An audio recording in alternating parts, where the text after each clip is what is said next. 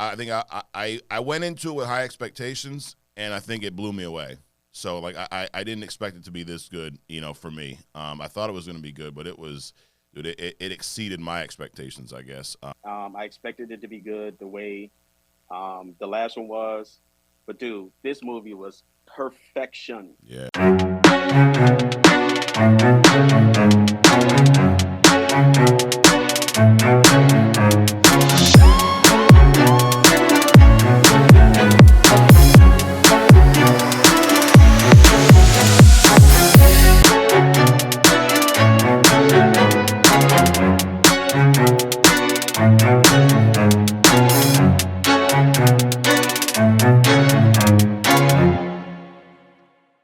Welcome to Only Comics. This week's episode, we are going to be talking in depth about Across the Spiderverse. Adrian, how we doing today, dude? We're doing great, man. Doing great. Awesome. You're down there in sunny Florida. Yeah, well, not so sunny No? today, but it's in general. In general, it's sunny. It's tornado season here, so it's a little on the dark weather side, but it's all good. Got it. So, you went and saw the movie this weekend? Oh, absolutely. Yep. Yeah, dude. And we're gonna start. We're gonna give you some spoiler-free information first. That way, if you haven't seen the movie yet and you don't want anything to be spoiled, I will let you know when to tune out because we are gonna dig in deep to this movie. I mean, and just to start off, dude, I really enjoyed it. I think I went into it with high expectations, and I think it blew me away. So like I didn't expect it to be this good, for me. I thought it was gonna be good, but it was. Dude, it exceeded my expectations, I guess. So from a spoiler-free standpoint, I love the way it looked. I think visually, I would say this is probably one of the most impressive visual movies I've ever seen in my life. There's just so much stuff that I've seen or that we've never seen before. I love how with some of these universes, they're very distinct, right? Like there was even some points, Adrian, where the backgrounds were changing based on the emotions of the characters. Like, and I don't ever remember seeing anything like that in any type of movie, let alone a comic book movie. But I mean, from an overall standpoint, how did you feel? Well, you know, I went into the movie. I expected it to be good the way the last one was, but dude, this movie was perfection. Yeah. Perfection. I was really blown away about it by it. I was a little confused. I kind of didn't like it in the beginning because I didn't the art. I'm very big on the art Okay. and the art in Gwen's universe. And I didn't realize they were going to be doing this because I remember the art from the last Spider-Man, right? And Okay. it was different. It was crispy. But I realized as they popped around the art changed based on the universe, Yeah. which I thought was a cool stroke of genius in putting this movie together. So I was definitely impressed. Definitely one of my favorite movies. I'm looking forward to part two. Yeah, and I think that's what everyone's going to be talking about, right? The ending, which we won't spoil now, but when a few weeks ago we had read this article where they, someone worked on the film said this is Marvel's Empire Strikes Back, like for this Spider-Man series.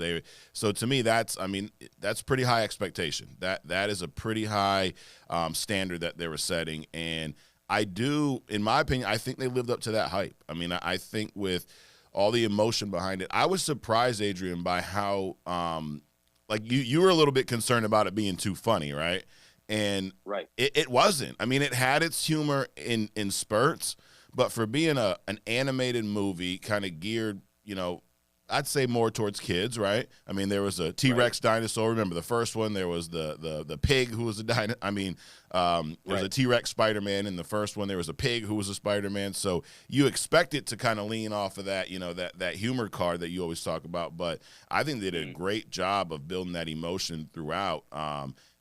There was a lot of stakes in this movie. There was a lot that they were fighting for, and there was a lot of character development too, which a lot of times you don't really see in comic book movies in general, let alone animated movies. Right. Right. I went into this. I like to cook, and in cooking, there's a lot of ingredients. And sometimes, if you walk into a kitchen with a chef and you see all these ingredients, and you're like, oh my God, I mean, this is going to be horrible because there's too much stuff. Yeah. But they made this when that baby came out the oven, it was perfect. Mm-hmm. It was not a lot of comedy, which I expected.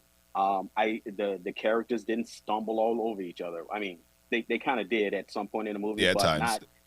It wasn't overwhelming to have that many characters. I like the fact that they introduced pretty much every type of character. They did some real life crossovers too. Yeah. I don't want to go too much into it right now, but I mean, don't want to spoil. But we kind of talked about that last time. Yeah. With bringing Miles into a real Spider-Man movie where they did some of that kind of crossover, which I thought they did to perfection. Right. I mean, this was an excellent, very well executed movie with all the stuff that was going on. Yeah, no, I agree. I think the biggest thing I was nervous about was exactly what you're talking about. I was nervous that they were going to throw too many Spider-Men at us, just too much stuff. I thought they were going to do what they did in Doctor Strange Multiverse of Madness, where there was just information overload. We're on the highway, you're just throwing all this shit at me, and I'm supposed to keep up. And I think there were times where I felt like they were going there, but there was such a good balance where they did they did a good enough job of explaining things and throwing stuff at you and keeping the movie moving. I never felt confused at all. I mean, there was times where I thought I would, but I think it was very good pacing throughout this movie. They'd kind of speed up and then slow down, and there was a lot of that emotionality. We always talk about tugging on those heartstrings, the whole that dynamic with Gwen and her dad, and then Miles and his parents, and all the parallels you see between all the different Spider-Men that were introduced. But I agree. I think it was very well handled, and I'm beyond excited for the second one. The third one, which they've already confirmed. So that's not a spoiler. They've already confirmed that. Right. But and I think what I read over the weekend, Adrian, is they're planning on March of next year. So we're talking less than a year for part 3. Dude, I remember at the end, like I'll sit next to my son, and he gets up. He's like, "That's how they're ending it? Like, that's it? Like, how are they gonna do that to us? When's the next movie coming out?" Like, and it's like that's what you want from you put your movie out Absolutely. there. That's what you want. That's the kind of reaction. So I guess how did you feel leaving the theater? I felt excited. I felt, and I'm glad they're gonna pull it. They're gonna try to pull this off in less than a year. Yeah. It feels organic, and the way they ended it felt organic. And you talked about this, Marvel talking about this being their Empire Strikes Back, but not only is it their Empire Strikes Back, I also think it's up there with the first Matrix and the first Avatar. I mean, those movies blew me away, and so did this one. Yeah. Oh, it's set a new precedence for these animated movies. Like it's what they did here. No one's ever done. I mean, what I really love too is it was such a evolution from the first movie. Like the first movie was groundbreaking with the whole style, the animation, and then to your point, this movie there was probably 10 different styles that we saw through, or even more than that. But every universe had its own style. Every certain scenes changed the way they look, and just with the colors, the animations, it's just stuff we've never seen before on screen. And I think they set that bar really high for any future animated films that come out. Absolutely. And the other thing that really, really impressed me was, we've talked about this before, is the story. Yeah. I'm always saying, you know what? There's so much content for these superheroes. They don't need to keep rehashing the stuff. They kind of did it a little bit, but the storyline, the family, how they engage the families. I love that part, how they mixed the family portion of this. Yeah. It was very sentimental. It was very heart-tugging, but they executed that. If you put all these things on a separate track, the visuals, the storyline, the action, I would raise each one of those tracks up to a 10. Yeah, no, I agree, and I love too the feel. Like, funny, my wife's from Brooklyn, Adrian. She's Hispanic, and I see this Brooklyn family. Mom's Hispanic, dad's black. They're like it. I feel like they nailed that whole dynamic. They nailed that feel. Like watching, I felt like I was at a party in Brooklyn when they're on the roof, and they had a party scene at one of the houses. Just all the interactions with other family members and just the dynamic between the parents and the son. Like, it felt very organic. There's a lot of times in movies, especially even live action movies, where there's a family dynamic, there's relationships that just don't feel organic. They feel forced. Feel like everything is just, reading a script. And what's funny is even though this is an animated movie, some people look at it, oh, it's a kid's cartoon, but they manage those relationships and those family dynamics better than a lot of, actual, big name films or other, shows. I agree.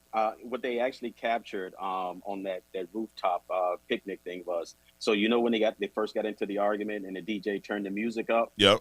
and then when they really got into it, like what you gonna say, all the music dropped Yes. because family is nosy. Right. And they captured that perfectly. They Yeah. captured that perfectly. So that's what I mean by that family, the storyline. Yep. They did a very good job on creating and executing and making you feel this storyline. Absolutely.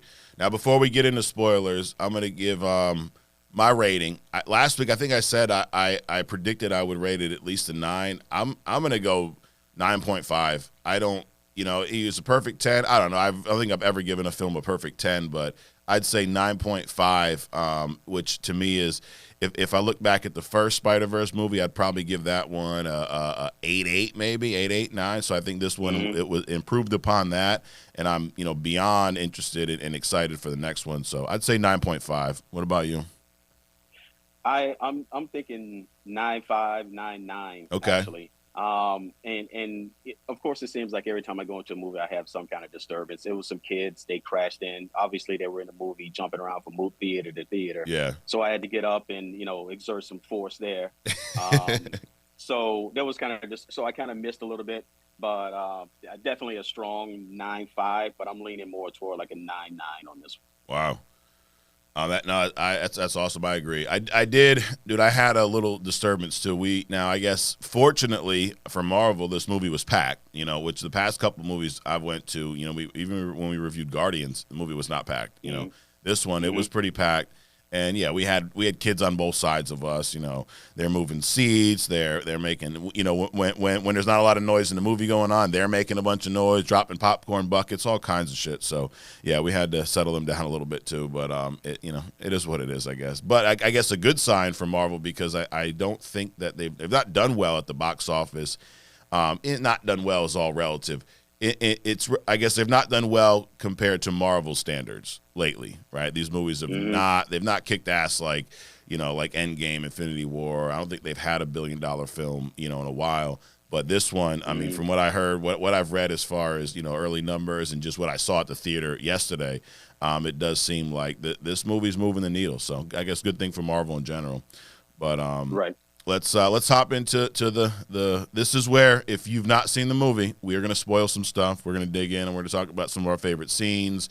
We're going to talk about the ending. So if you've not seen Across the Spider-Verse and you don't want anything to be spoiled, tune out now and come back and watch this after you go see the movie. So, you mentioned, Adrian, when it starts. It starts off in Gwen Stacy's universe, right? And you're right, it's completely different art style, which I really liked, dude. It was like almost like watercolors. A lot of the colors were kind of bleeding into each other.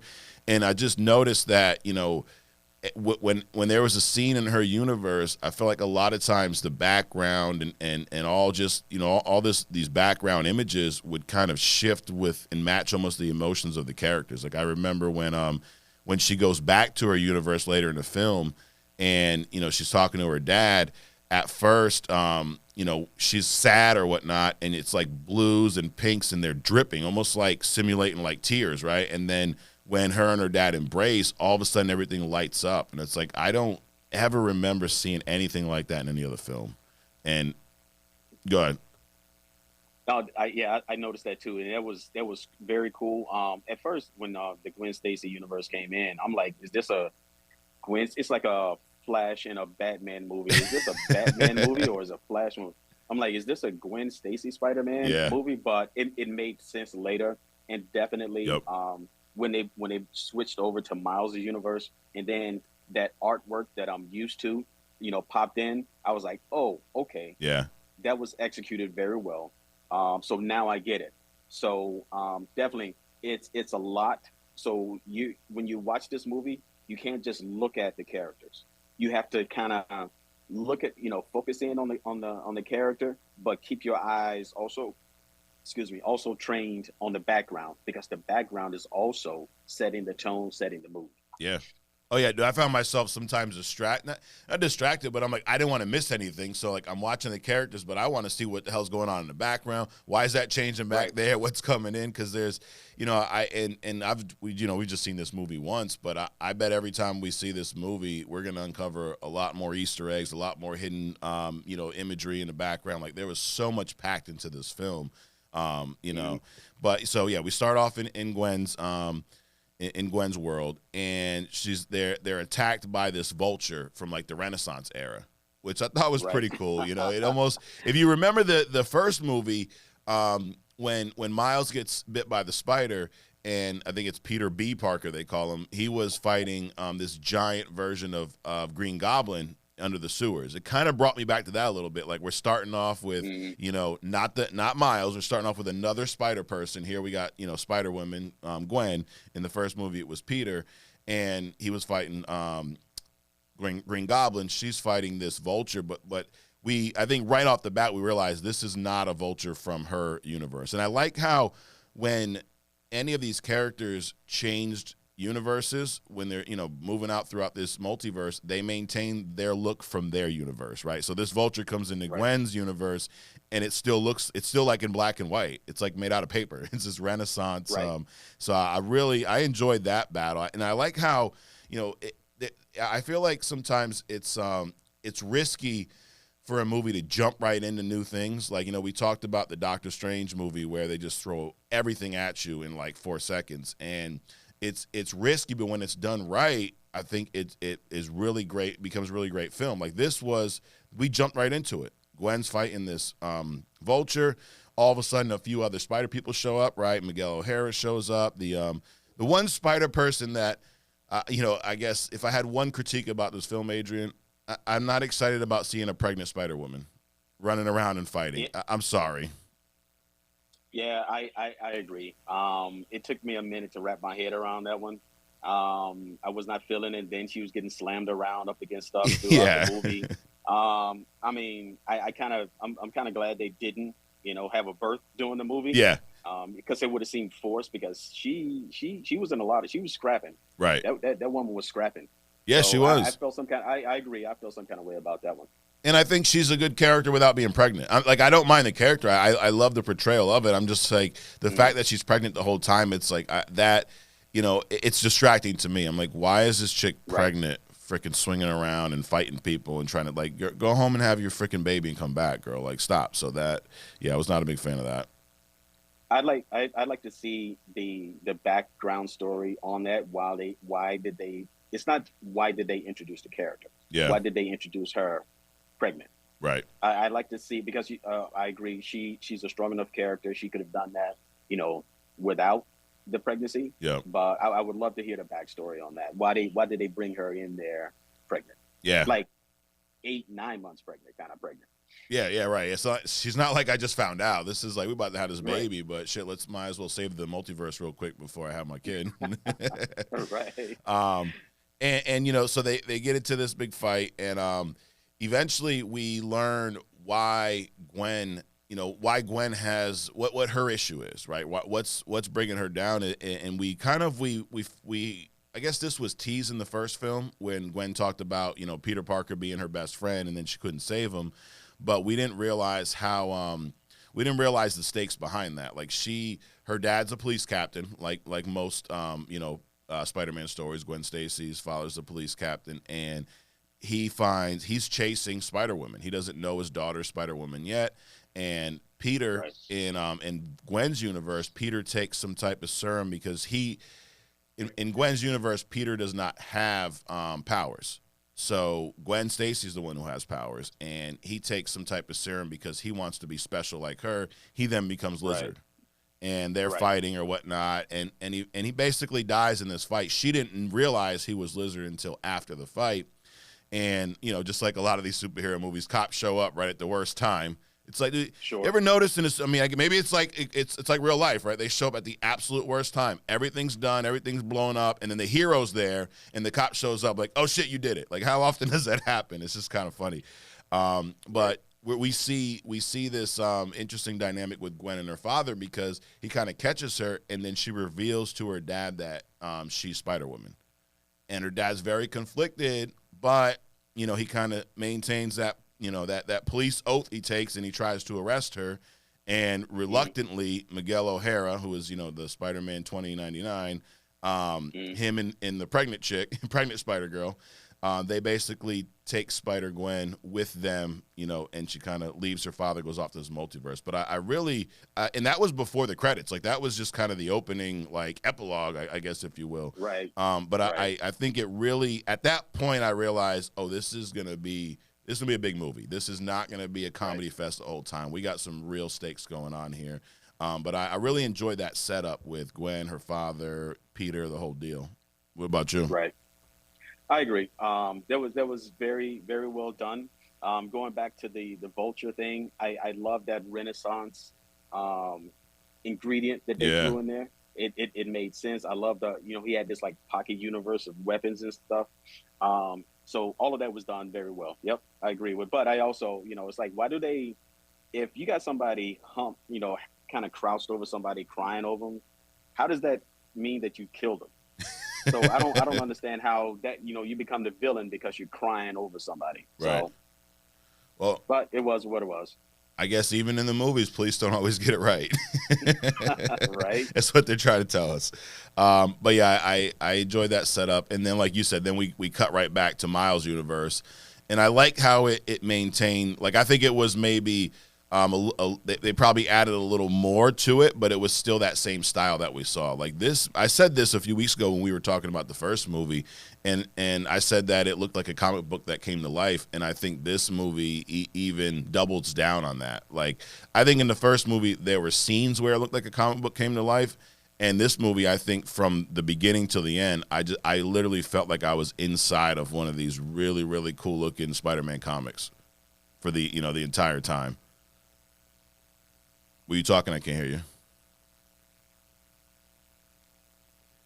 you. What happened? Oh, go ahead. Now I can hear you. What was the question? Oh no, I thought you were talking, but I couldn't hear you. I was just saying that I really enjoyed the way this movie looked like a comic book that came to life.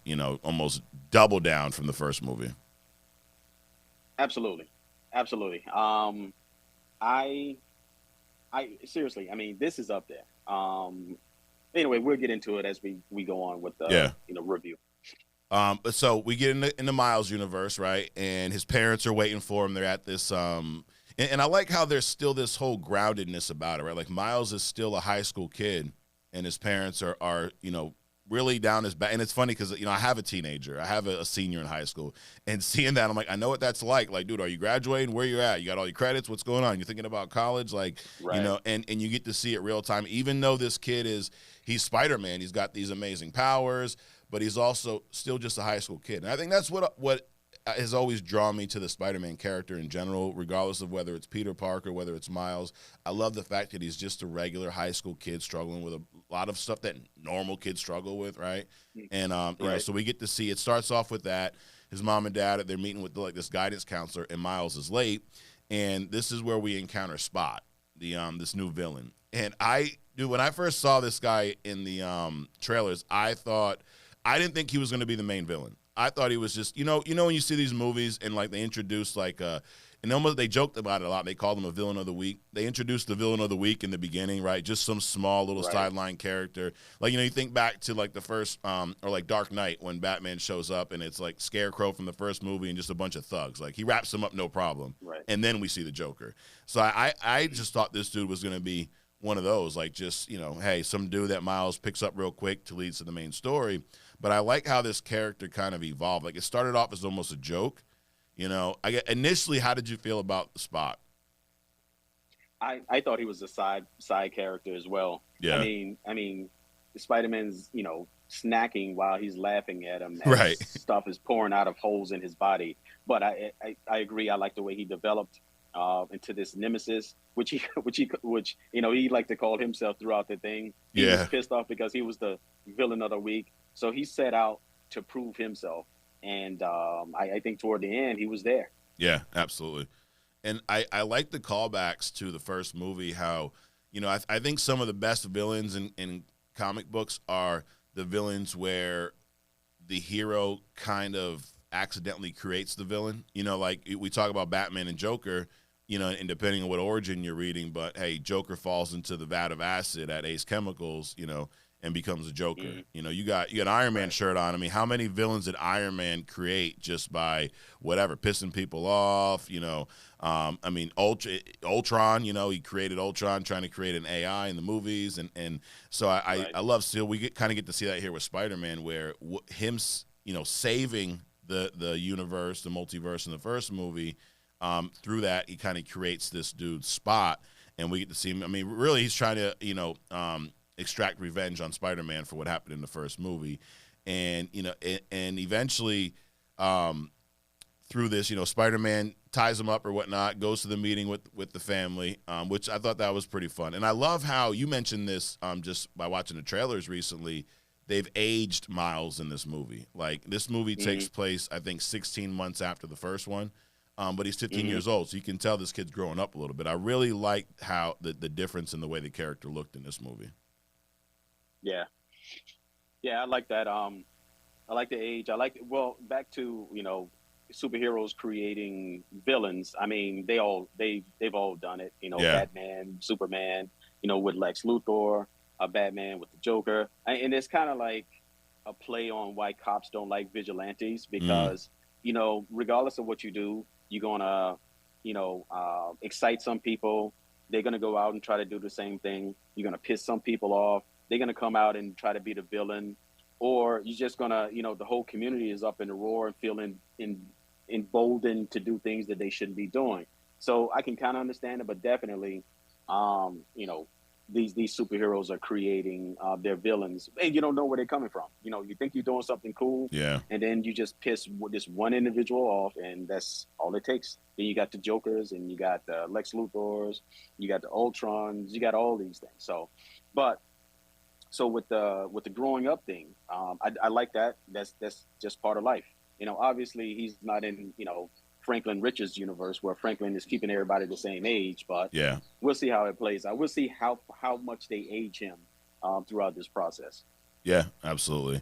And then through this battle with Spot, so he kind of ties Spot up while he's at this meeting in the school, and then when he leaves, Spot pretty much gets out. This fight continues, and I guess that was a shock for me too because I thought he was done. I thought he tied him up, he's done, and I really thought that Miguel O'Hara was going to be the main villain of the film. We'll get into that in a little bit, but he Spot ends up bringing Miles to that. I think I forget how it's pronounced, Alchemax maybe, where the collider was in the first movie, and Hmm. somehow they get into this fight there. He gets trapped in like this void where he has no spots left, but while he's there, he learns how to travel the multiverse. So basically, this character was created.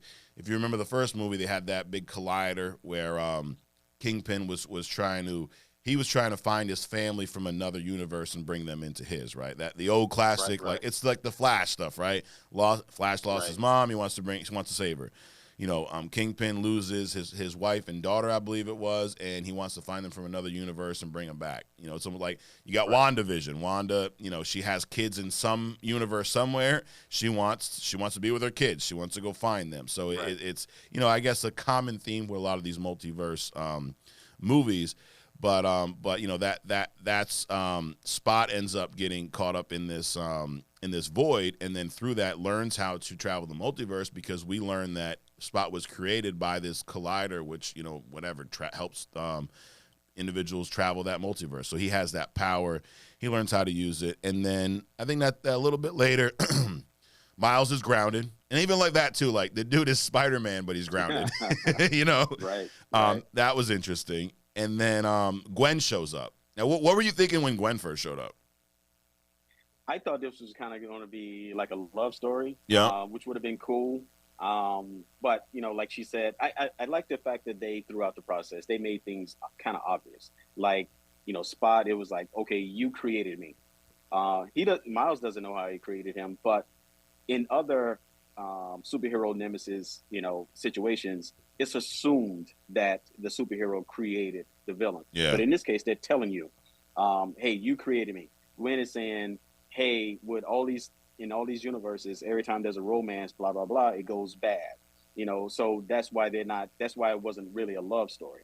But when she came in, I thought it was going to be. I didn't really know what it was going to be, but I definitely didn't expect it to be what it was, which we'll get into later. Yeah. And I love like the overall messaging behind this because it a lot of it to me is like kind of be you, like don't let anyone else control your story. Like he talks about that a lot, right? Like I'm the one who's going to tell my story. And the overall Right. theme is, there's these events. It kind of reminded me a lot of Loki, where there's these events that are supposed to happen, right? Like with a like Loki's supposed to fail. Loki's supposed to almost, he's supposed to be like the bridesmaid for life, right? He's almost going to win, Right. and then he always screws it up. And Right. part of that Loki series was this version of Loki is he's trying to buck the system. He wants to do something different. And you see a lot of that here with Miles. But I think it resonates more because, I mean, Loki's a damn, demigod from Asgard. Miles is a kid from Brooklyn, 15-year-old. So I think it resonates Right. more with that, that almost like that dual commentary where not only from the superhero side of like, hey, don't, you're these things are supposed to happen if you're a Spider-Man. You're supposed to lose your father if he's a police Right. captain. You're supposed to have these relationship issues. You're all these things that are supposed to happen. But it's almost like, when you think about raising kids, teenagers, a lot of times the adult is always telling the kid what they're supposed to do. And it's like we just want to live our lives and do what we want to do, right? And I think Right. there's like that hidden messagery there where this is more of a coming of age story too, where Miles needs to be himself and not just take orders, not just do what he's told, do what's best, but also do what's best for him. And I think there's a lot of that, where we talk about Miles is kind of the only character in this movie who's trying to buck the system. A lot of these other guys, we learn that they just want to let what's supposed to happen. But we don't get that right away. We think, they show up Gwen. We just think it's a little fling. They're going to hang out, have some fun. And then we learn through that, her time in Miles' universe that she's there to track the Spot. Now, did you think that Right. they were getting, like, she was going to be a little bit of a villain with that? Like, I part of that made me think, like, oh, shit, is she setting him up? Like, is there going to be some dark turn for her? I wasn't sold, but I'm like, they could possibly go that way. What were you thinking when you realized that, she was there to track Spot and not really come see Miles? Well, the only thing I got out of that part was that she had an agenda. I Mm-hmm. didn't think that she was going to be a villain, but the agenda was something other than just going there to see him. So Yeah. that's what I got of it. I didn't really run with it because I didn't want to inject what I was thinking at the moment, not even halfway through the movie, Yeah. and then mess it up in my mind about what the movie was going to be about. So I just kind of left it alone. But I knew that she had her own agenda. Yeah. And we get to see Miles having a much better handle on his powers now because he Yep. he follows Gwen back, right, to where she was tracking Right. Spot, not realizing that Spot's already gone, but he's invisible. And if you remember the first movie, like, he couldn't stay invisible. Like, he didn't even know how to use Right. it. But he also wasn't perfect. Like, I don't know if you realize there was a scene where he was swinging through the city and he just randomly falls on some dude's hood. Like, he's only been Spider-Man for like a year and a half. So I did you pick Right. up on that? How he's still not perfect. He's gotten better, but he ain't Peter Parker yet.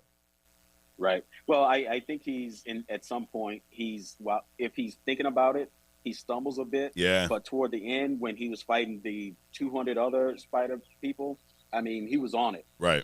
He was at his just unconsciously doing the things that he needed to do. He still needs to work on that last power though with the electricity or whatever. Yep. So the invisibility he apparently has down. The next power, and matter of fact, I wouldn't be surprised if something else evolved. But then again, they might limit it to 2 because if they just keep adding powers to him, they'll Yeah. make him just like stupid. But so definitely he's better at the swinging and the Spider-Man power, the invisibility stuff, and working on the electricity. Yeah, I can't wait to get into what you're talking about, where he's fighting everyone, because I guess in the beginning or throughout the first half of the movie, Miles kind of has this attitude, this thought that he can't do this by himself, right? He still is kind of Uh, drawn to, Gwen's not here. I don't have a friend. And then when he learns about this secret spider society, he wants to be part of them because he's like, Right. in his mind, he needs that. And, I think it's, and this is why I just, these films are so well connected, because in the first movie, having the team of spider people around him is what helped him pretty much win, right? Like he needed, they kind of gave him that confidence. Now he needed to get there on his own, take that leap of faith. Like one of my favorite scenes in the first movie is when he takes that, when he finally becomes Spider-Man, he designs a suit, and they kind of leave him behind thinking, hey, we're going to do this without you because you ain't ready yet. And he takes like that leap of faith, right? Where, Right. and if you remember, he's diving, but the way it's shot upside down. So it looks like Right. he's, raising up. So I love that progression with the character. But if you remember the first film, a lot of what they did at the end, they did together. So I think part of this character is thinking, I need this team of spider people around me so I can do what I need to do. And then, when we get to what the part you're talking about where he fights everyone, he kind of realizes he doesn't. But before that, we get to, Miles is kind of tracking Gwen, right? And Yep. she opens up a portal, and he, follows her through it without her knowing. And that's where they end up into this. It's, I forget what it's like. It's Manhattan, but like an Indian version. And I thought that was really cool. So I don't know about all these different spider variants. Like I've seen a handful of them, online through other comics. But we get to this, like it is Manhattan, but it's like if you take India and mash it up with Manhattan, that's what you would get. I thought that was a really cool looking universe. What were you expect, or how did you feel when we first got into that universe? Well, I saw a piece of that in the commercial, Mm-hmm. which I thought that would make it rather cumbersome and clunky, but it was very well executed. It wasn't a lot of funny; it was just enough funny. Yeah. But his outfit, and I'm like you, I don't know a lot of these spider variants, but his costume reminded me of Captain Britain, and Okay. Captain Britain is the England version of Captain America, Yeah. kind of a deal. But that scene, that part was very well executed. Yeah. And that's where we get to meet some of these other variants. We see the, I guess Hobby is his name, the Spider Punk, the British one, Right. who at first I'm like, this dude's annoying as shit. But after a Right, little bit, I'm right. like, I really like this guy. He kind of reminded me of like a Lenny Kravitz almost, Yep, which I really exactly, enjoyed. exactly. And actually, to backtrack, I love the character, and I learned this morning. When Miles is fighting Spot in the convenience store, and the Jamaican Yep. dude is the attendant. Like, first of all, I love Yep. that because it's Brooklyn. You're gonna have different ethnicities everywhere, and I love that. You Right. get to see that represented there. But Ziggy Marley, one of Bob Marley's kids, was the one who played that voice of that character. So that was pretty cool. Oh, really? Yeah, Oh, yep. that's cool. Yep, I learned that this morning. But yeah, so they're in this this Indian version of Manhattan, and these other spider people show up, and they're trying to stop the Spot or whatnot. And there's a time where Miles is about to go out there, and Gwen kind of grabs him. And at the time, it looks like she's just helping him, like she's hey, a little hesitant Right. to let him go. But then we learn later in the film that she was stopping him from stopping Spot essentially. And that's when we start to learn about these canon events, as they call them. Like, these are the things that are just supposed to happen. Like, if Spider-Man's got Uncle Ben, bro, that fool's supposed to die. Like, he has to, right? If if any of these spider people, if their father, uncle, whoever becomes a police captain, dude's supposed to die. That's part of their, and that's at least what these guys believe. This Miguel O'Hara character who is Right. now, the thing about him, dude, is he a Spider-Man or not? Well, Miles kind of alluded to that. He's like, "Are you a Spider-Man? Or are you a vampire? Or Yeah. I mean, what's going on there?" So I gotta read on his profile as well. Yeah. It just sometimes, like when they were fighting the Vulture in the beginning, it's like he was almost to the point where he was gonna bite this dude in the neck, right? Yeah. So it's almost like he gets to this rage and he can't control this stuff. Right. So I mean, that was the only time we saw the teeth, I believe, Yeah. come out in the film. But he definitely has this other side of him that's probably going to be developed as well. But he's definitely like a Wolverine kind of temperament character. Yeah. Now, do you think we're going to find out that he really is a Spider-Man, or he's some type of engineered person pretending to be one? I don't know. I don't know. Yeah. I don't know. I don't want to speculate, I'll just say I'm looking forward to see how it develops. I like to be surprised, Got it. especially with these type of characters. So Okay. I'm gonna speculate. I'm gonna say I don't. Based off of what I've seen, I think we're gonna see some twists in the next movie where we find out he's lying to, which I think we kind of they've already alluded to that a little bit. There's a lot of shit that he may not be telling the truth about, but I'm gonna uh, go. I don't believe that he is a real Spider-Man. I think he's someone that, because we don't know his origin yet, how he got these powers. I know that, in the comics, he is definitely someone who has experimented on himself and kind of turned himself into this spider person. So I don't know how much of yep. that we're going to see, but I think we're going to find out that he's an imposter. He's not a real spider person. So, that's just my 2 cents. But I did enjoy the And character. and besides the canon events, maybe that's why he's so hard on Miles, saying that you don't belong. Because if he's engineered, then he doesn't belong either. Right. So he's that self-reflecting hate thing going on with him, as well as all the other stuff that's going on. Yeah, exactly. That's a good point. Yeah, Miles don't belong. I think Miles don't belong because he's going to screw up this guy's lie. He don't belong here because Right. you're gonna screw up all this shit that we have going on. Mhm. And then but we get to see more of that. Miles wanting to belong to this group, even in this world. And then because of all the circumstances, they end up bringing Miles back to this kind of this big complex, I guess, right, where there's a few hundred Spider-Man, if you will. They're all over the place, Yep. and that's when we really start to learn about, I guess, the dark side of what Gwen, what Miguel, and what all these other guys are doing. They're not there to help Peter. They're not even there to stop the Spot. They're tracking the Spot to make sure that these canon events still happen. So through this fight, I don't remember exactly when it happened. That's the thing, too. There's so much in this movie. The movie's like 2 hours and 20 Right. minutes. So I don't remember exactly when this happens, but there's a part where Miles is fighting Spot, and he gets these visions. He sees the vision of his father dying, right? He sees that. Yep. And and what happens in this Indian version of Manhattan, Miles stops one of these canon events because Hmm. the I forget his name. It starts with Pavitt or something like that. But Hmm. but the Indian version of Spider-Man, his dad's also whatever a police captain would be in their universe. He is one, Right. and he's going to save this girl, and he's about to die. Like, Spot's going to kill him or whatnot. There's this big. Actually, I think it's that building that where the Right. collider was is like falling, and Miles basically saves him. And Hmm. he wasn't supposed to, though. This is one of those, like, Right. that multiverse event that was supposed to happen. So this is kind of where that friction begins between them two. So they really bring Miles back not to help him, but to get him from stop screwing shit up in their mind, right? Right. Well, I mean, actually, and rightly so. Gwen was to blame for all this because if she had never gone to see Miles, Yeah, everything would have played out the way it, in their universe should have played out, right. and no one would have been the wiser. So it felt like she spent most of her time trying to correct her mistake, but also trying to maintain her friendship as well. Yeah, So that was probably hard on her. absolutely. And that just goes back to that point of how much emotion is in this film because Gwen's in a tough spot here in several ways. Number one, she just ran away from her dad, and her dad's all she Yep. got. We'd have not learned why her mom's not there yet. I don't remember if that's ever been talked about. I don't think so. But her dad's raising her. Her dad's a police captain. She's Spider-Woman, and they have this conflict there already. She leaves there. Now she's got her one and only friend because she said this, and that Miles was like her only friend, the only person that they Right. really understood each other because they're both, Spider-Man or whatnot. And she wants to protect him.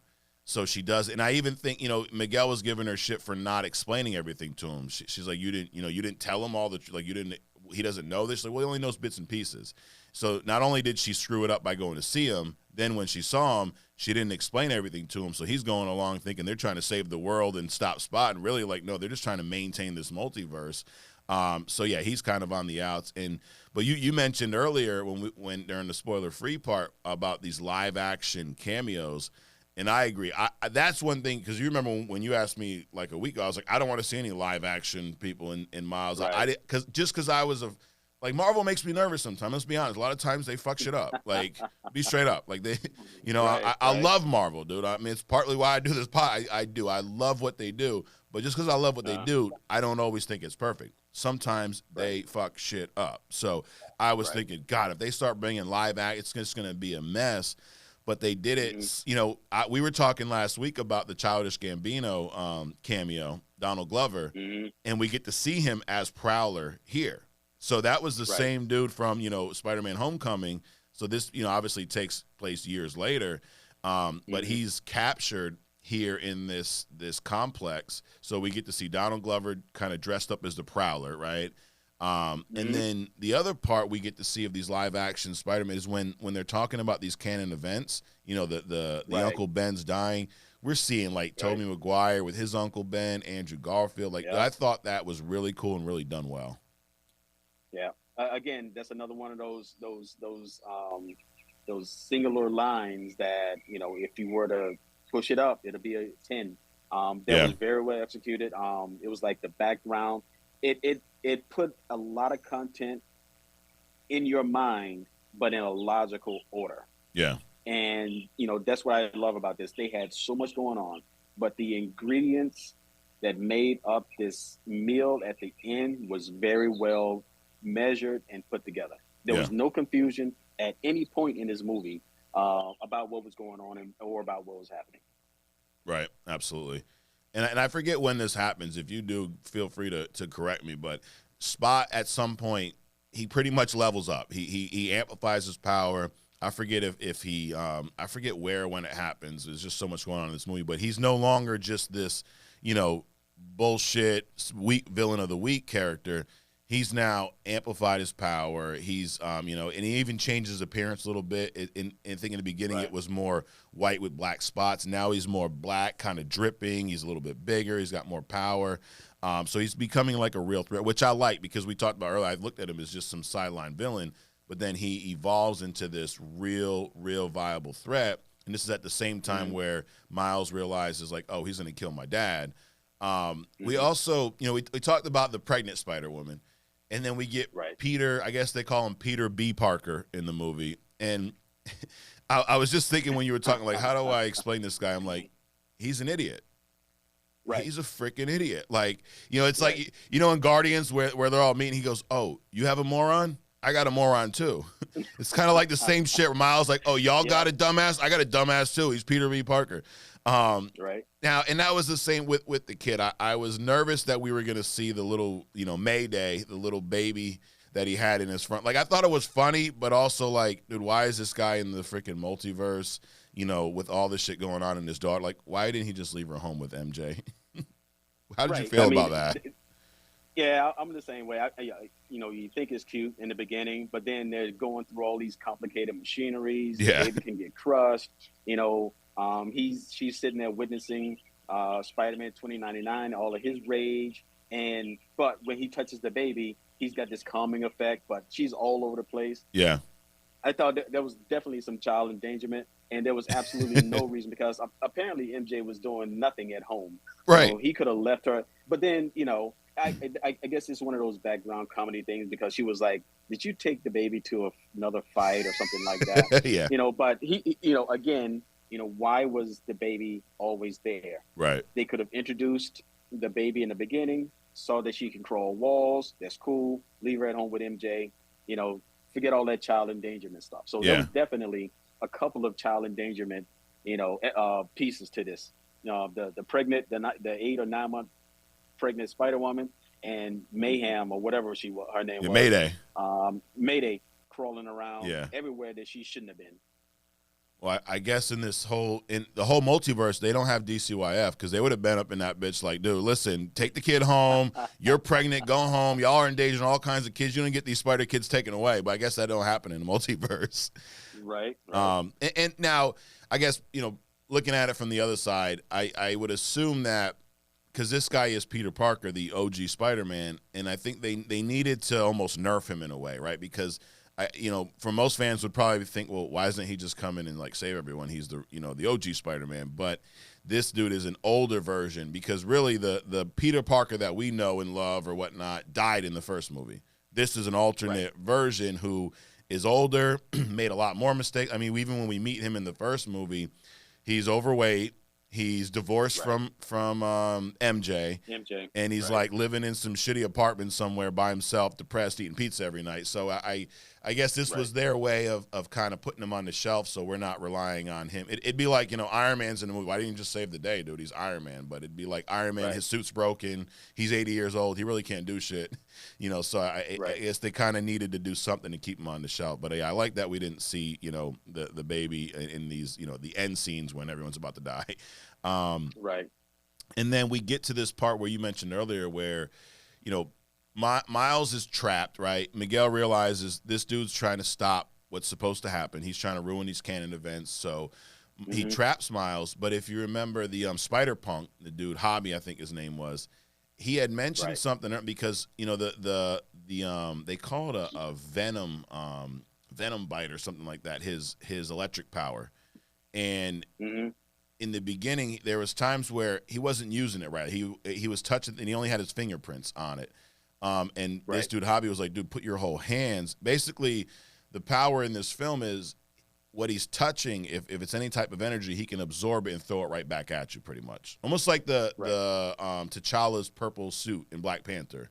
It absorbs all the energy, and when it builds up, so similar to that type of power. But it's just his natural power. But he's got him in this force field or whatnot.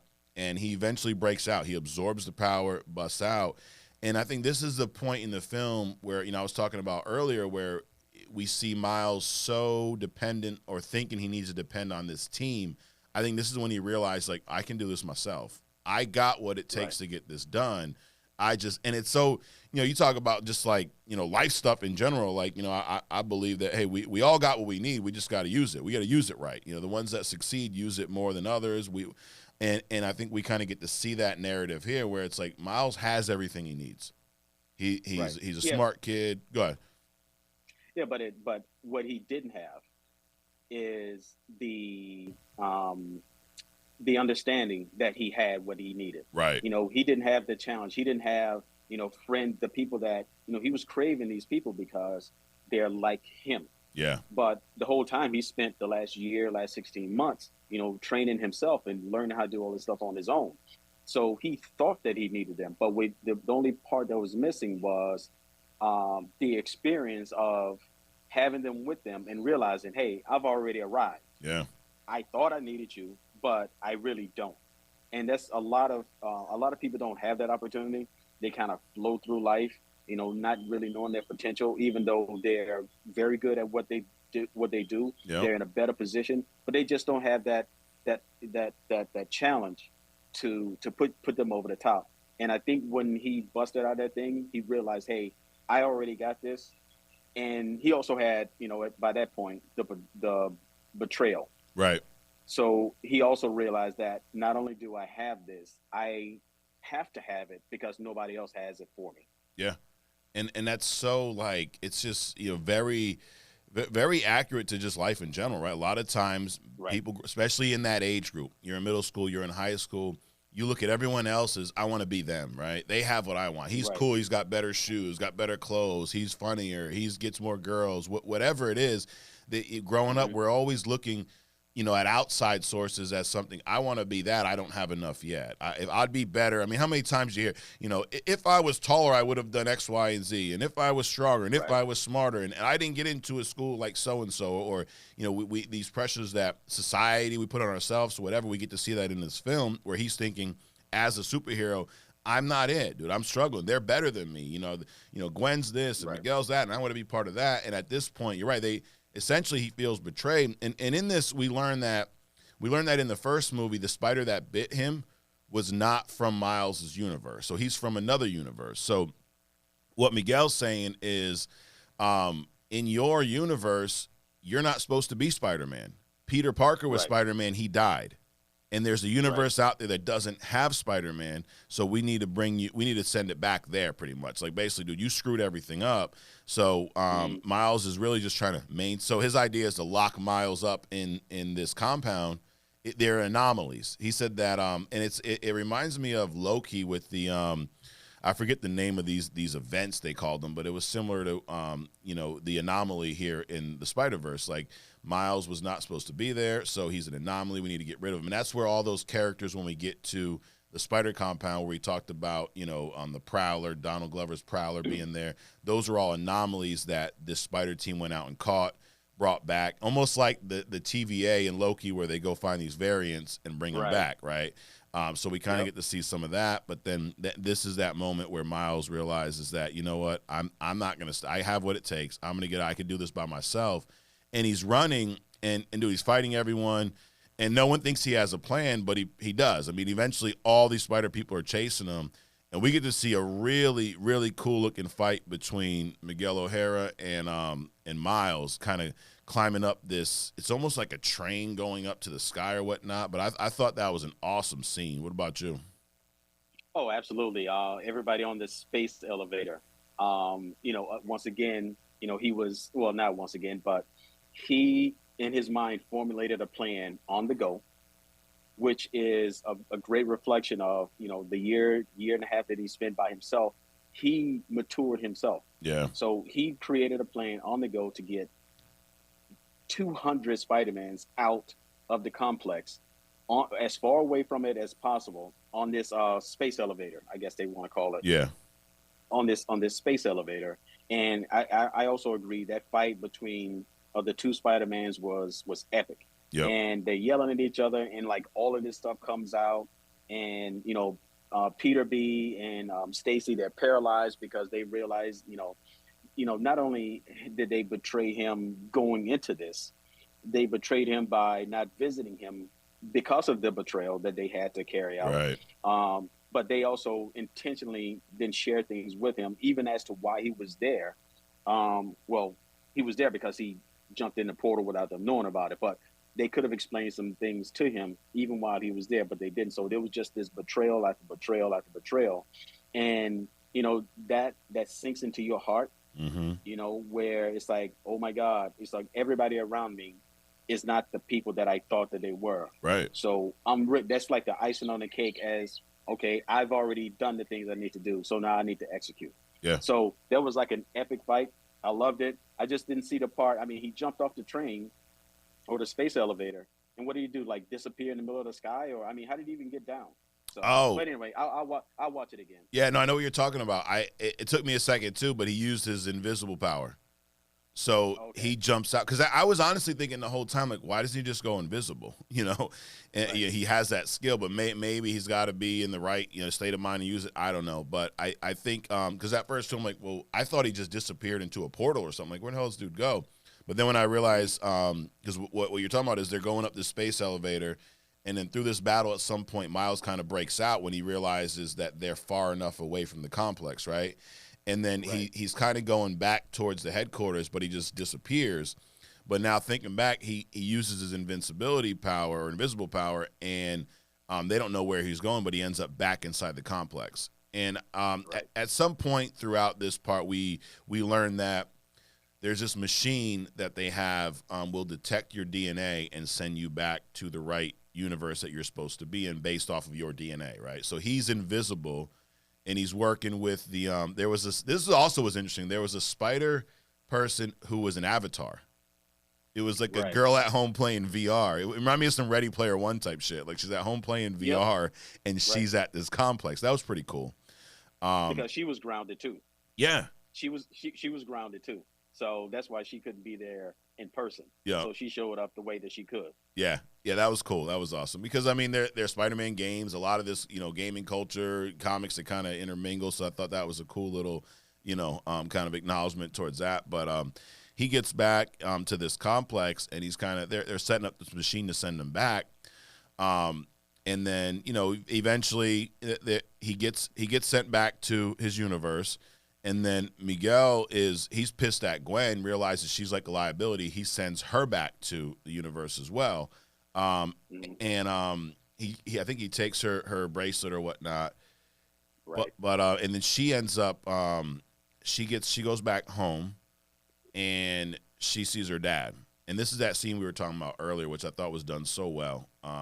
She kind of creeps in the window, and her dad's like, he's down, man. He's like sleeping in his police uniform. His daughter's left, he's all this shit going on. And then she shows up though, and they're talking, Mm-hmm. and they kind of have this moment, and there's a little bit of, there's still that animosity behind them, and this is where, you know, I was talking about earlier, there's like a lot of the colors, like a lot of Gwen's colors. I mean, if you look at Gwen's suit, it's white, it's pink, there's some blue in it, and we kind of Right. see those colors in the background almost dripping to show this emotion, to show this sadness or whatnot. I thought that was really, really well done. And, you know, they're going back and forth.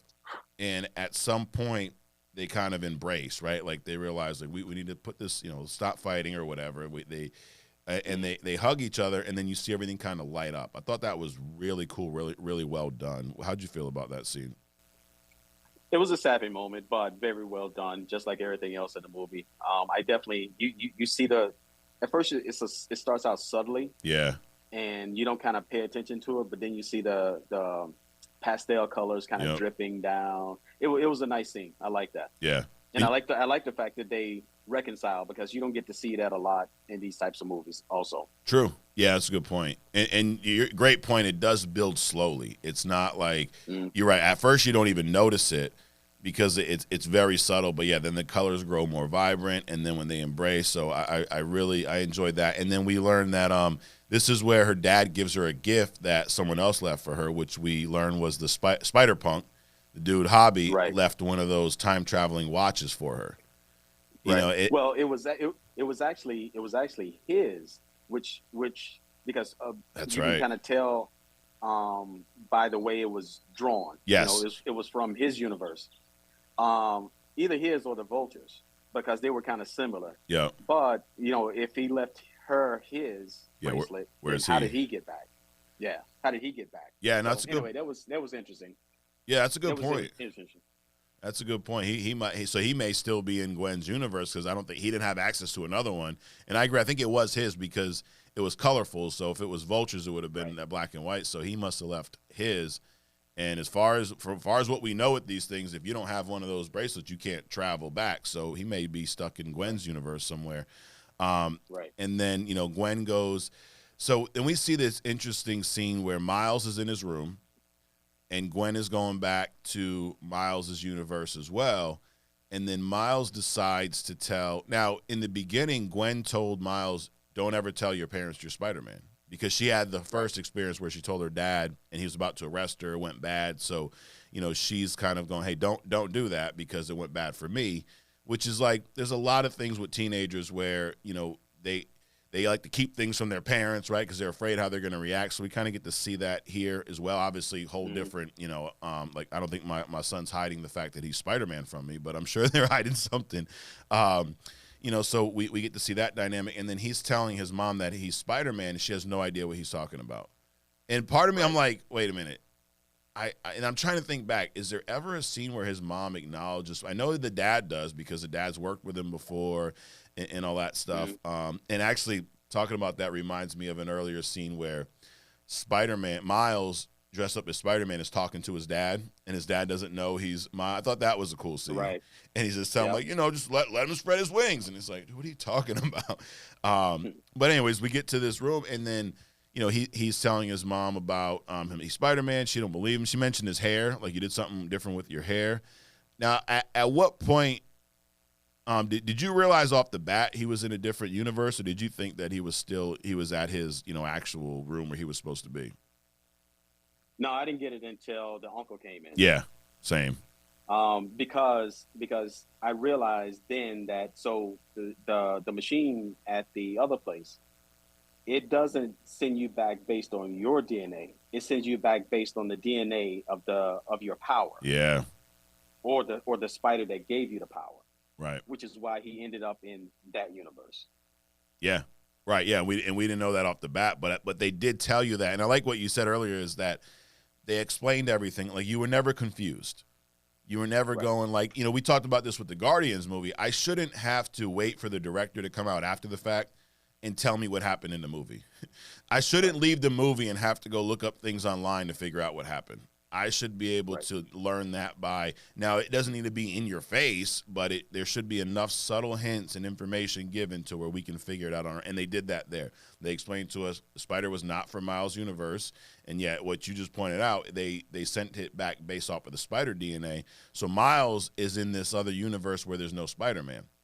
And then what we Right. learn is that in this universe, his dad, Jeff, has already died. Like the same mural that Miles has in his universe of his uncle, Correct. they have the Correct. same mural of his dad, which was pretty cool. And we see his uncle. His uncle looks a little different. He's got the beard. You know, Hmm. so he's not the same Uncle Aaron from the first movie. And I didn't realize this when it happened, but Uncle Aaron also knew that that was not the real Miles, but he played along, and he Right. got him away from the mom. And they're up on the rooftop and they're talking, and out of nowhere he kind of just gets hit, taken out, blacks Right. out. But I want to backtrack a little bit to Gwen and her dad, right? So in this conversation, he once they kind of reconnect and we talked about that whole scene, but he makes a comment about deciding to no longer be the police captain. And Right. because her dad also is a police captain who is based off of everything we've learned about the multiverse so far, he's going to die as well, right? Because they have to Right. die Right. to make everything. So when he decides not to, it was almost like that was him breaking this canon moment and not Right. Gwen, right? So I think that I think there was some type of realization for her, like, wait a minute, these things can be stopped. Like, so I do think we're going to get into, in the next movie, we're going to find out that, my prediction is we're going to find out that Miguel's lying about some of this stuff, right? So we get to see right then and there. And I think that's what helps kind of change her decision, because from that point on, that's when she discovers the watch that we talked about that Hobby built her or left her. I don't know if he left her his or he built one for her, but anyway, that's when she finds that, and that's when she kind of makes this decision to save Miles. Right, she starts putting her team together. She goes and meets with his parents, the whole deal. But we're on the rooftop now. What did you think when Miles is sitting there talking to his uncle, and then all of a sudden he gets taken out? Like, did I had like and we'll get into what happened, this twist, but I had no idea that that's where they were going. What did you think right off the bat? Did you have any guess to who that was, or? So go back a little bit. I think that was an important thing. That realization for Gwen. Yeah, Um, that there is an option here. I do agree that Miles is. I mean, Spider-Man. The other Spider-Man is he's plotting. I think he's like a savage, one of those die-hard kind of people that wants to stick to the letter of the law yeah, and execute this thing regardless. There are no options, and I think at that moment she realized, hey, there is an option. When Miles got taken out on the rooftop, I didn't know what to think. It hadn't even crossed my mind at that point that there was another Miles in the universe yeah. Me that he neither. was in. I thought maybe that he replaced him, but I mean, I guess I should have known because when he walked in the room, his mother immediately recognized him. Um, so obviously he existed at some point, Right. but he didn't realize that his father wasn't there. Then when his uncle came in, he knew that there was something off. So when he got taken out, I didn't want to speculate, but I also didn't really think that it was going to turn out to be what it was. No, and I think that was a great twist in my mind. Like, when a twist is done right, it just adds so much more to that movie, and I don't think anyone saw that coming. We talked about a few weeks ago, hoping that, like, I think you said last week, like, I hope they don't make any more trailers. Like, we've seen enough in these trailers. Stop spoiling all this shit.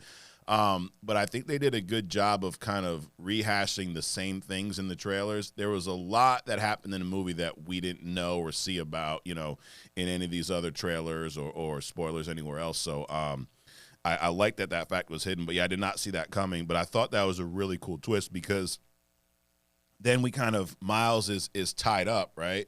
And Mm-hmm. he's waking up and he sees his uncle putting on like the Prowler gloves, and he immediately assumes that his uncle is Prowler in this universe as well. And then we get hit with the no, I'm not Prowler, he's Prowler. And then the Right. this kind of evil version of Miles shows up, which I thought was really cool.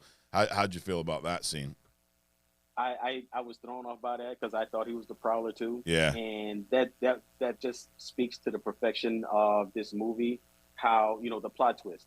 I didn't see the evil Miles coming up at all as the Prowler, mm, and I loved how they just kind of strung you along. The uncle playing with the glove and everything, and then he just tosses it over. But of course, as soon as he tossed the glove over, to a different character, I knew who they threw it to. I knew Yeah. that this was going to be like a another Miles. Yeah. So at that moment, but only at that moment did I realize, hey, there's two of these guys here. Yeah. So they did an excellent job of doing that. Absolutely. And they made some comments too about, I think his mom said something about the hair. You got rid of your braids. And I'm like, wait, Miles never had Right. braids. At least the Miles we knew didn't. So I guess there was Right. that subtle hint, but no, I did not expect it to go there. And then we go back to this other universe where, I guess Miles Morales' original universe, where now Gwen Stacy, she's traveled there. She has her team. It's kind of the OG team from the first movie. They got the Spider-Man Noir, which I liked in the first movie.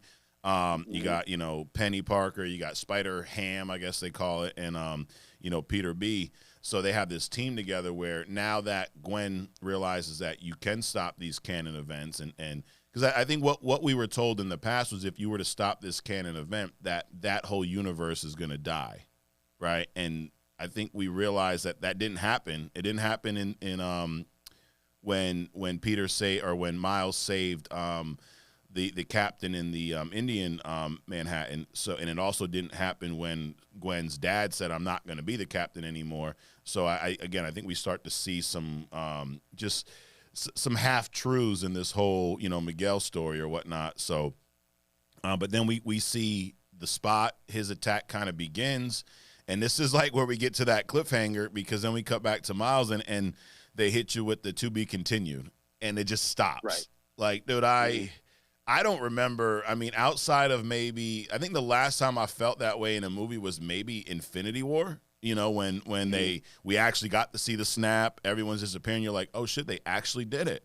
Because normally what happens in these movies is there's all this hype. I mean, we talk about, well, you haven't seen it yet, but the Ant-Man movie, all this hype, and then we get to the end, and it's just like, hero saves the day, everything's good, and let's just, see what happens next. And in this movie, I think it's very it's very bold of them to end with this cliffhanger, especially in a movie that's kind of geared more towards kids. Like my son, dude, he's 13, about jumped out of his chair. He's like, "Are you serious? Like that's where they're leaving us?"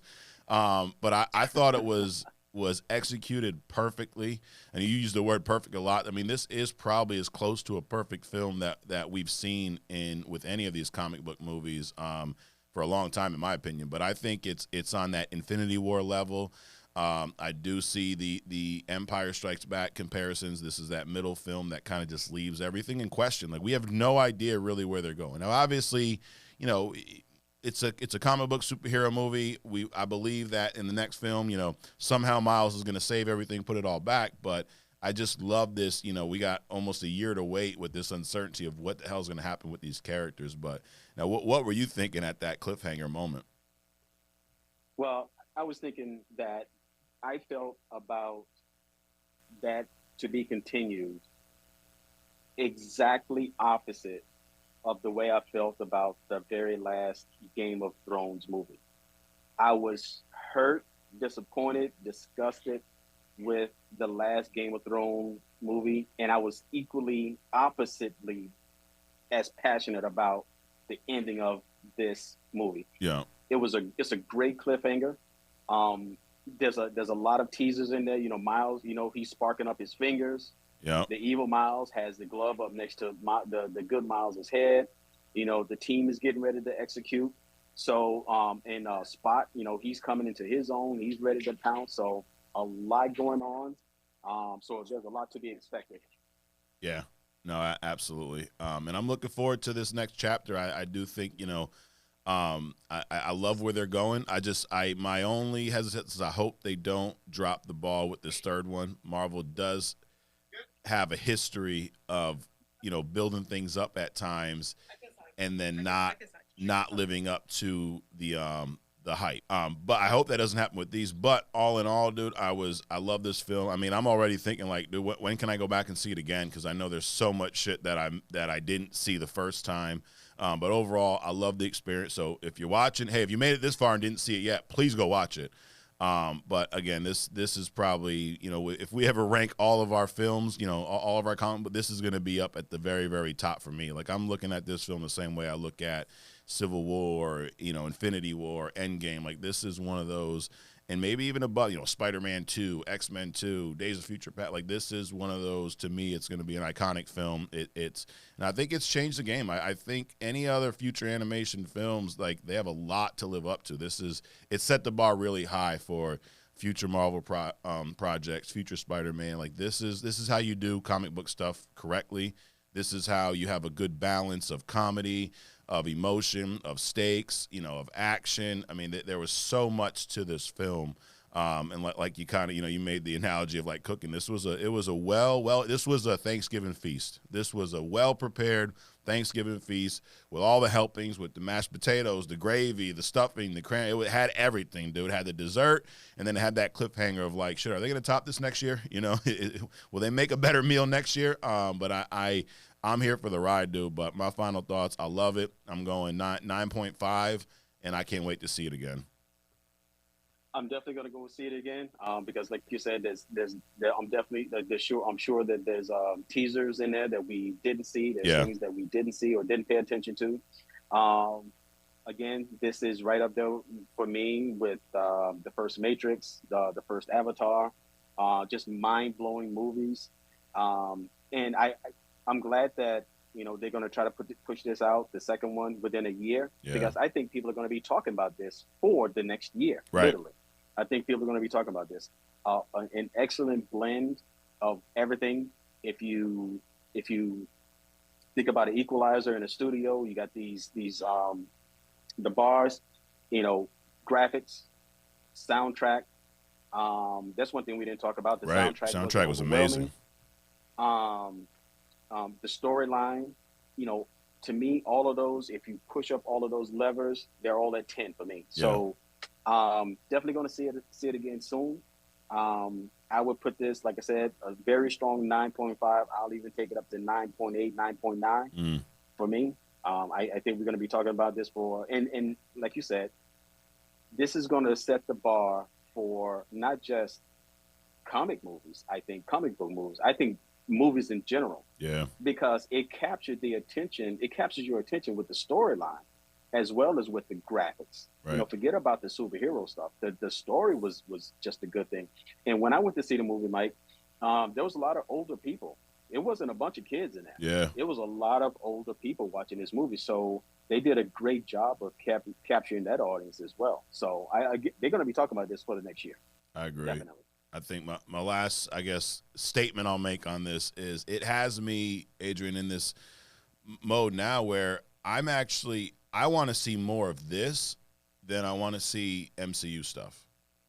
Based off of what I've seen with Marvel lately, dude, I'm like, and I'm not even just talking this Spider-Man. I'd love to see an Iron Man animated film with these same people behind it. I'd love to see a Batman I'd love to see more animation that is creative, that's outside the box, because this doesn't just need to, this style, this whole idea of what you can do, kind of pushing the boundaries with animation. I don't think it should remain, a Spider-Man thing. I'd love to see a lot more Marvel properties. I mean, and I think we're starting to see the influence on other films. Like, I don't know if when you, in your viewing, if you saw the trailer to the new Teenage Mutant Ninja Turtle movies, but even that one is very comic book. Like, the style's very unique, very different. Like, I can't wait to see that one just based off the style. Did you happen to see that trailer with your showing or no?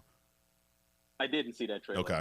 But it doesn't surprise me that this is rubbing off on other not only comic book things, but I think I saw something on Netflix. There's going to be a zombie verse. So the term universe, multiverse is also getting thrown around with a lot of different, just even regular movies. So the influence of this, the MCU, the DCU, the multiverse, the universe, all that stuff, is making its way into regular films as well, which is, I find that amazing that, comics has come this far that now the movies aren't influencing the comics, or the politics aren't influencing the comics are influencing everything else. Yeah, no, that's a great point. But yeah, I'd rather see more of this. Like, if we're looking at, recent movies, dude, Sony with this Spiderverse, they're kicking ass. And Marvel, MCU, they're just kind of, we're hit or miss, right? Some movies really shitty, then we get Guardians, which was pretty good,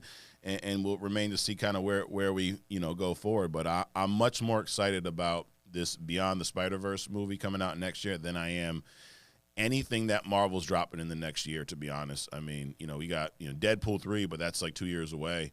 But outside of that, I think I'm much more much more focused on what they're going to do with the Spider-Verse than anything else. So I agree. I definitely agree. This is the thing for the next year and a half for me. I'm definitely looking forward to it, and I agree that this eclipse pretty much everything that's been put out thus far. They did just an excellent job on all aspects of it, and it's so encouraging to see. Being the older of the two of us, it's encouraging to see that it's almost like the pages of the comics that I was reading 20, 30 years ago is coming to life in a way that is so meaningful and tactile, and it's just a good summer punch. Yeah, loved it. I agree, absolutely. Well, guys, that's it for this week. Adrian, thanks for joining us virtually. You'll be back in the studio next week with us. Guys, thanks for downloading and watching. Please hit the subscribe button, share this out, drop some comments, let us know your thoughts. Do you agree? Do you not? What did you like? What didn't you? What are you thinking for the next movie? How excited are you? We appreciate all the interaction, all the engagement, and we'll keep doing this thing every single week. It's been a lot of fun. So, Adrian, thanks for joining me this week, and we'll see you live in the studio next week. All right, man. Take it easy. Have a good weekend. All right, you too. Thanks, guys. We'll see you.